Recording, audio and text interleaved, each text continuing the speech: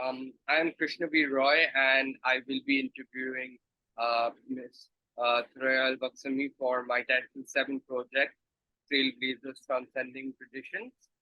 Kuwaiti artist Thuraya Al Baqsami is one of the Gulf's pioneering contemporary artists and writers. She lived through the 1990 to 1991 Iraqi invasion of Kuwait, which had a lasting impact on her work. Working as a printmaker and painter, her practice has evolved over the years, showing an aptitude for writing and the art from childhood. Al-Baqsami began exhibiting her works as a teenager in the 1960s. She studied fine arts in Cairo and later earned a master's degree in illustration at the Surikov Institute in Moscow. Al-Baqsami has exhibited internationally and was awarded the Kuwait State Prize for her book Cellar Candle, 1993, about her experiences during the Gulf War.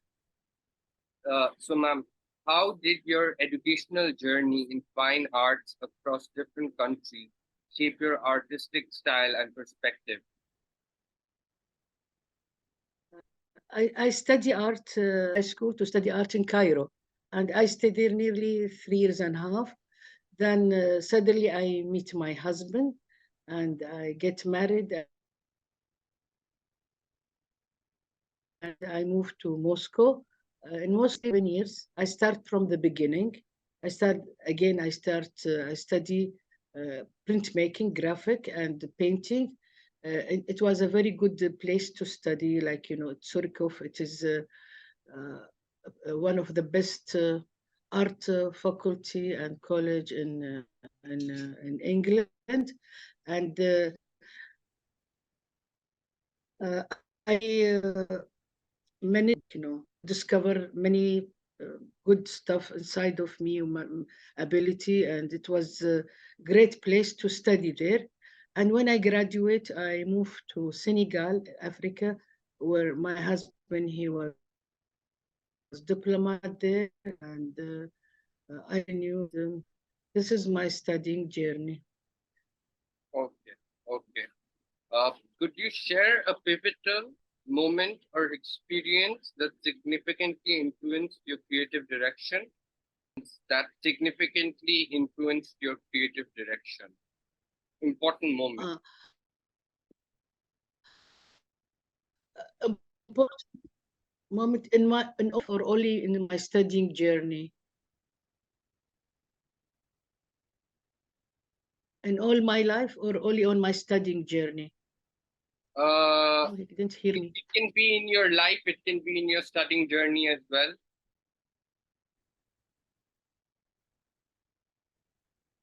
Okay.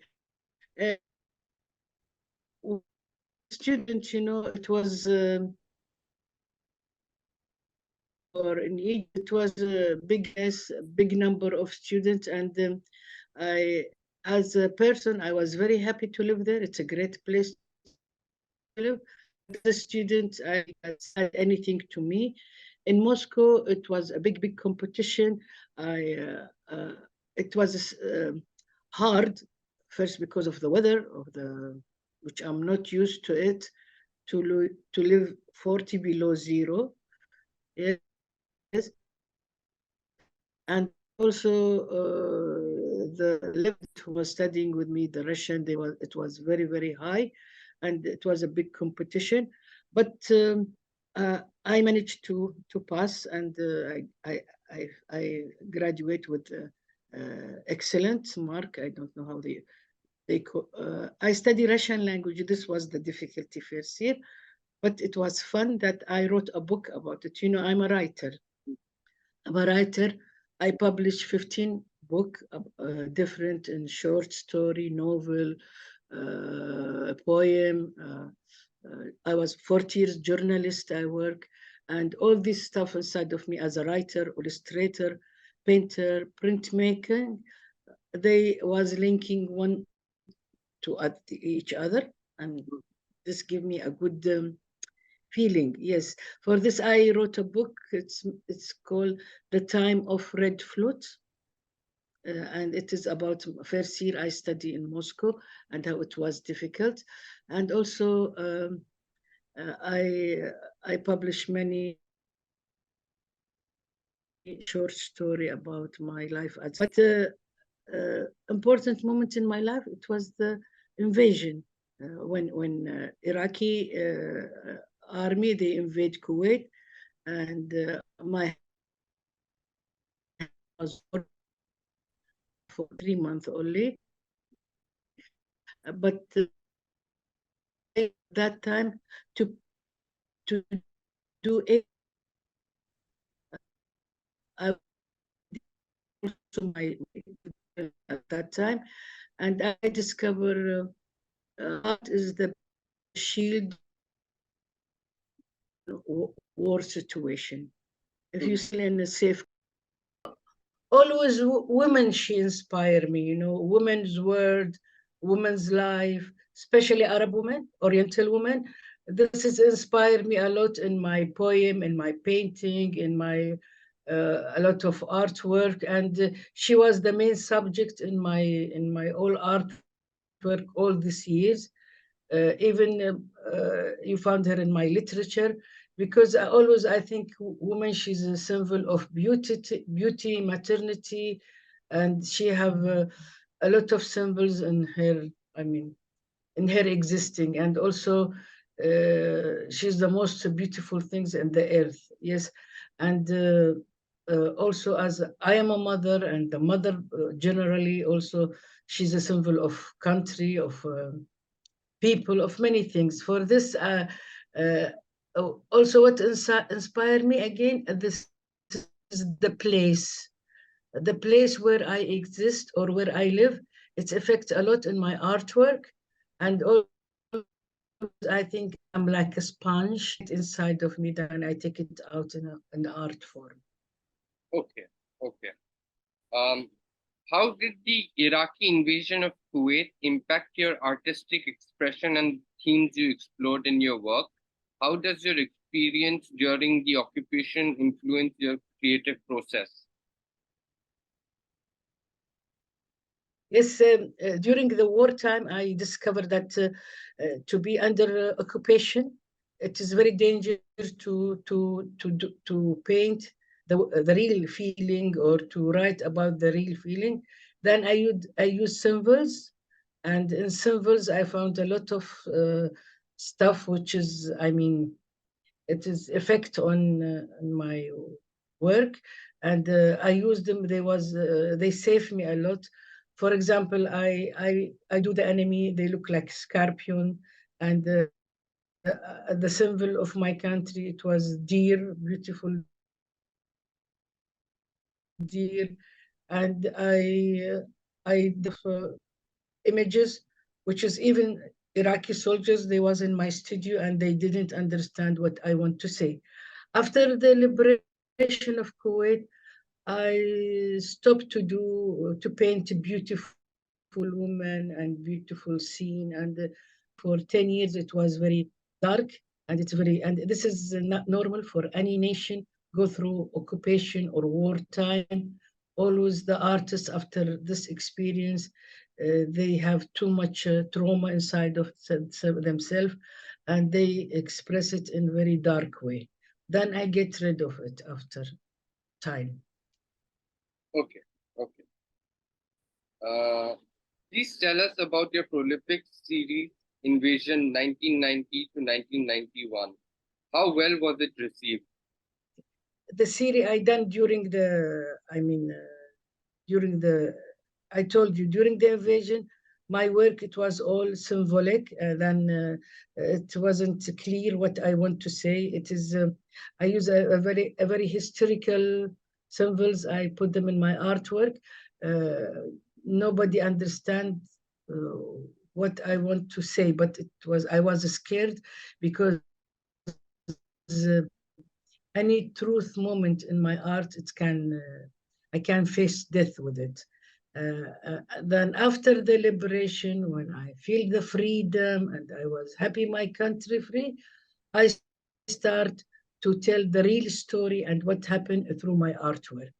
For this, you can see two colors. kind of artwork, 90 to middle of 91 until February 91, his mouth full of mud and blood, and he just tried to show his feeling in a very mysterious way to protect himself and his family and loved people. But after the liberation, I could shout, I could show what happened in my country. I should talk about the peace, which is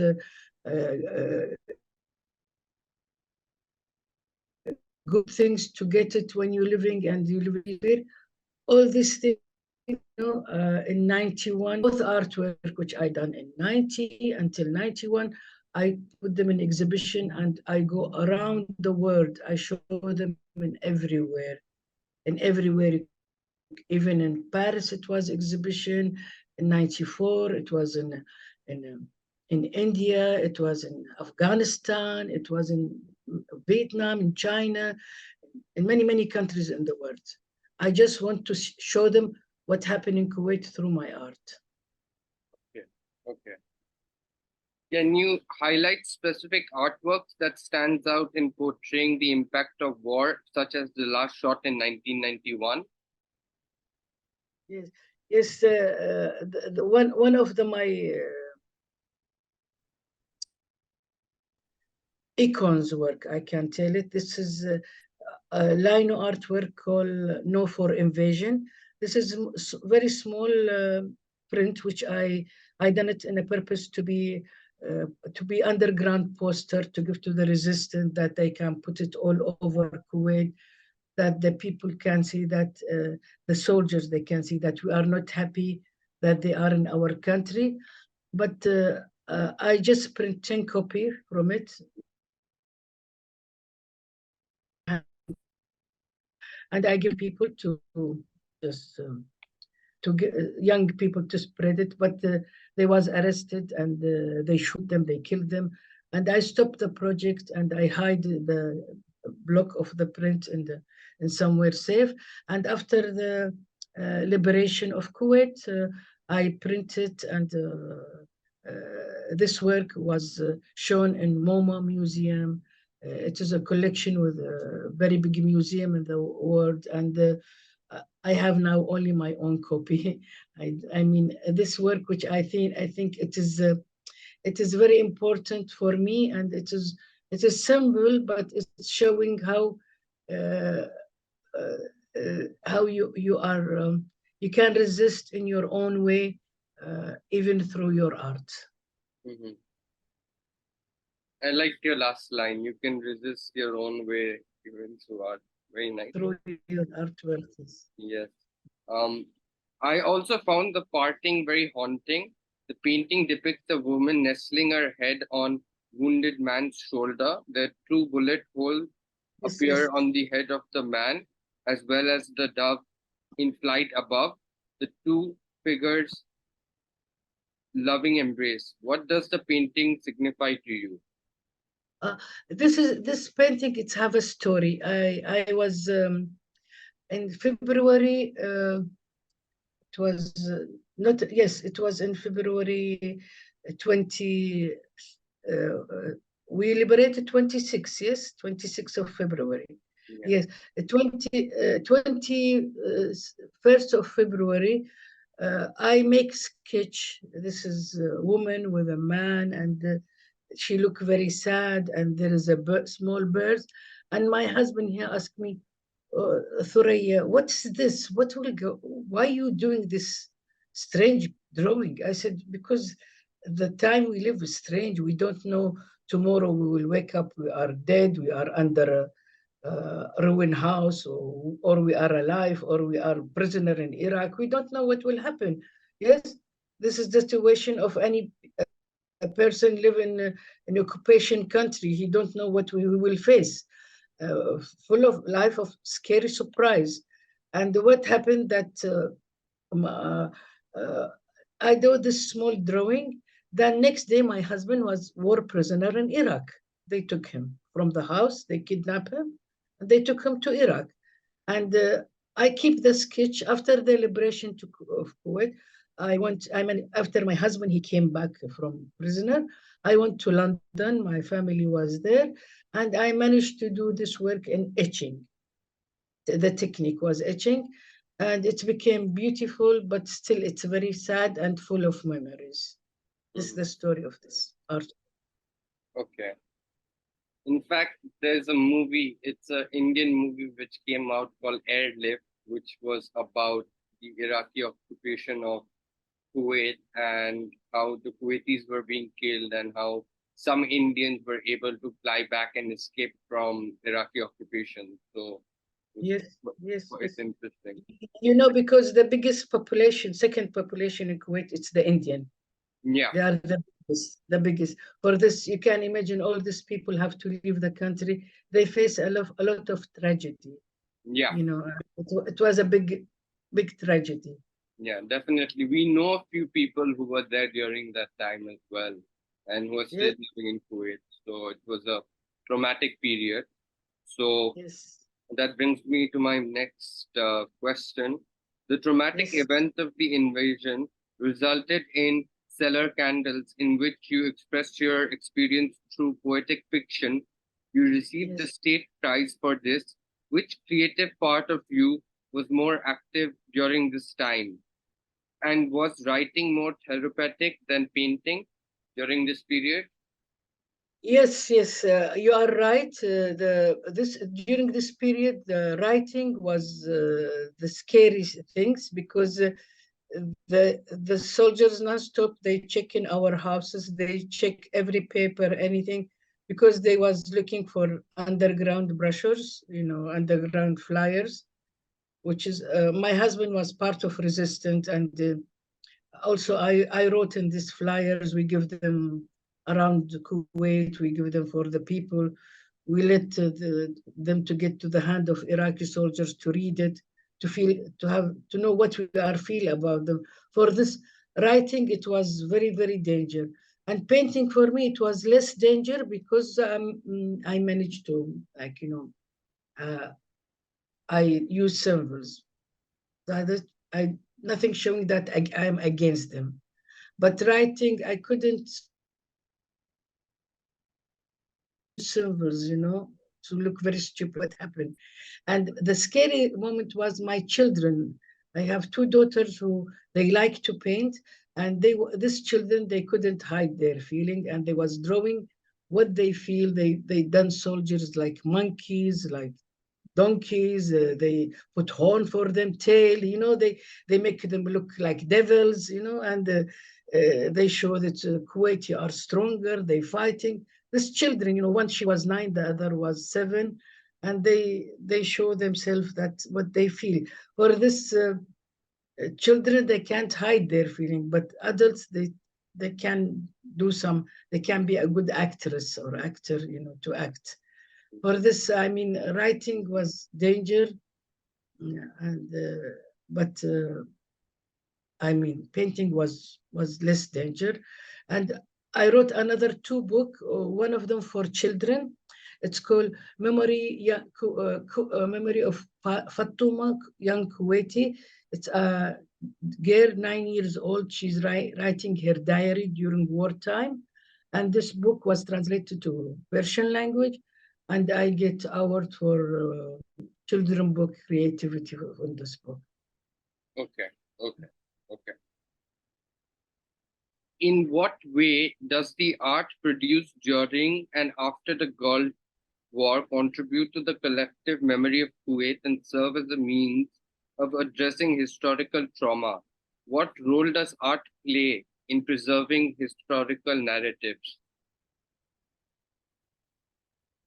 The art always, as I tell you, it's a clear mirror for any period. If wasn't art, we didn't know how the people before 2000 years they live, and all this civilization.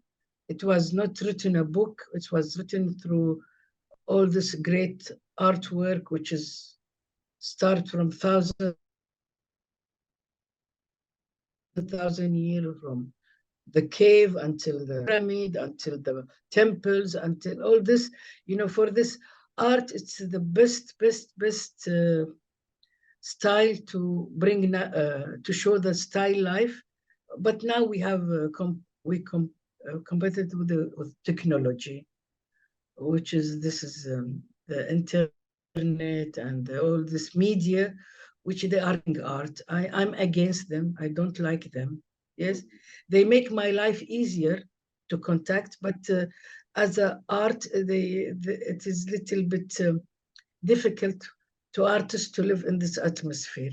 In fact, in my I'm doing a double degree. So in this year, September, I did a paper with another person on is AI art, which is artificial intelligence generated art, considered to be real artwork. So for that, we interviewed a lot of people who were AI artists, which means artificial intelligence using machines, technology creating art, and normal artists like you who don't use AI in their art. And No, I don't. yeah, exactly. So we assessed that does AI actually help in the artistic process? There were variety of answers where some people said that AI does help, but then some people also said that, but that's not real art. So it's open to debate. Everyone has their own view. Yes, I am as a old generation. I was born 1951. Okay, I'm now 72 years old. I don't think I have any interest to use computer in my artwork. Yeah. I still like my brushes and colors and canvas and my studio, and put music and to jump in front of my painting when it's done the way I like it, or to dance for it. I'm person. I like to live with my material, buttons and screen to share me this feeling. Yes. Yes. So my last question to you is, do you see your work on invasion and occupation as a means of fostering understanding and preventing repetition of history, particularly in context of conflicts and occupation? My work, it is the peace language. It is everywhere the same, but the situation where you need this peace is different. But it's always I feel that war war effect. This is what my philosophy. War effect. It is just where we have factory. They produce weapons, okay, arm, and they need supermarket to sell these arms. And when they invent war, any place in this world, this is the open supermarket for their products. Even when what happened in Kuwait, yes, it's give me this feeling that we are was a victim who somebody think to do a war to let another people to sell their products. Yes, and you see, politic. It is. And this time it is a very dirty effect, and the war is dirty effect, and it's always you see it's never peace in the world, never finish one place another start in another, finish in that place start another, non-stop, because these factories, if they was selling lipstick, then there will be no war, but they selling ta- tanks and arms, and for this peace through art. Okay, through a lot of artwork, you can talk and you can tell what you feel, and it is effect on the people. It is, you can't say it don't affect. Like you can, the biggest example, Guernica for Picasso. It was nearly abstract, and it is a great work. And until now, it is showing how it is. I mean, how the war is ugly, how the genocide is ugly, how killing innocent people just to sell a tank and plane and arms. It's an ugly fact. Mhm. Mhm. Okay, perfect. So that's a wrap. Thank you so very much for the interview. It was very insightful to hear so many things from you about the war and Kuwait and your works. It was very insightful. Thank you very much. Thank you. Thank you for you also, and I wish you all the success and Thank big you. success with your project. And have a nice evening. Thank you. You too.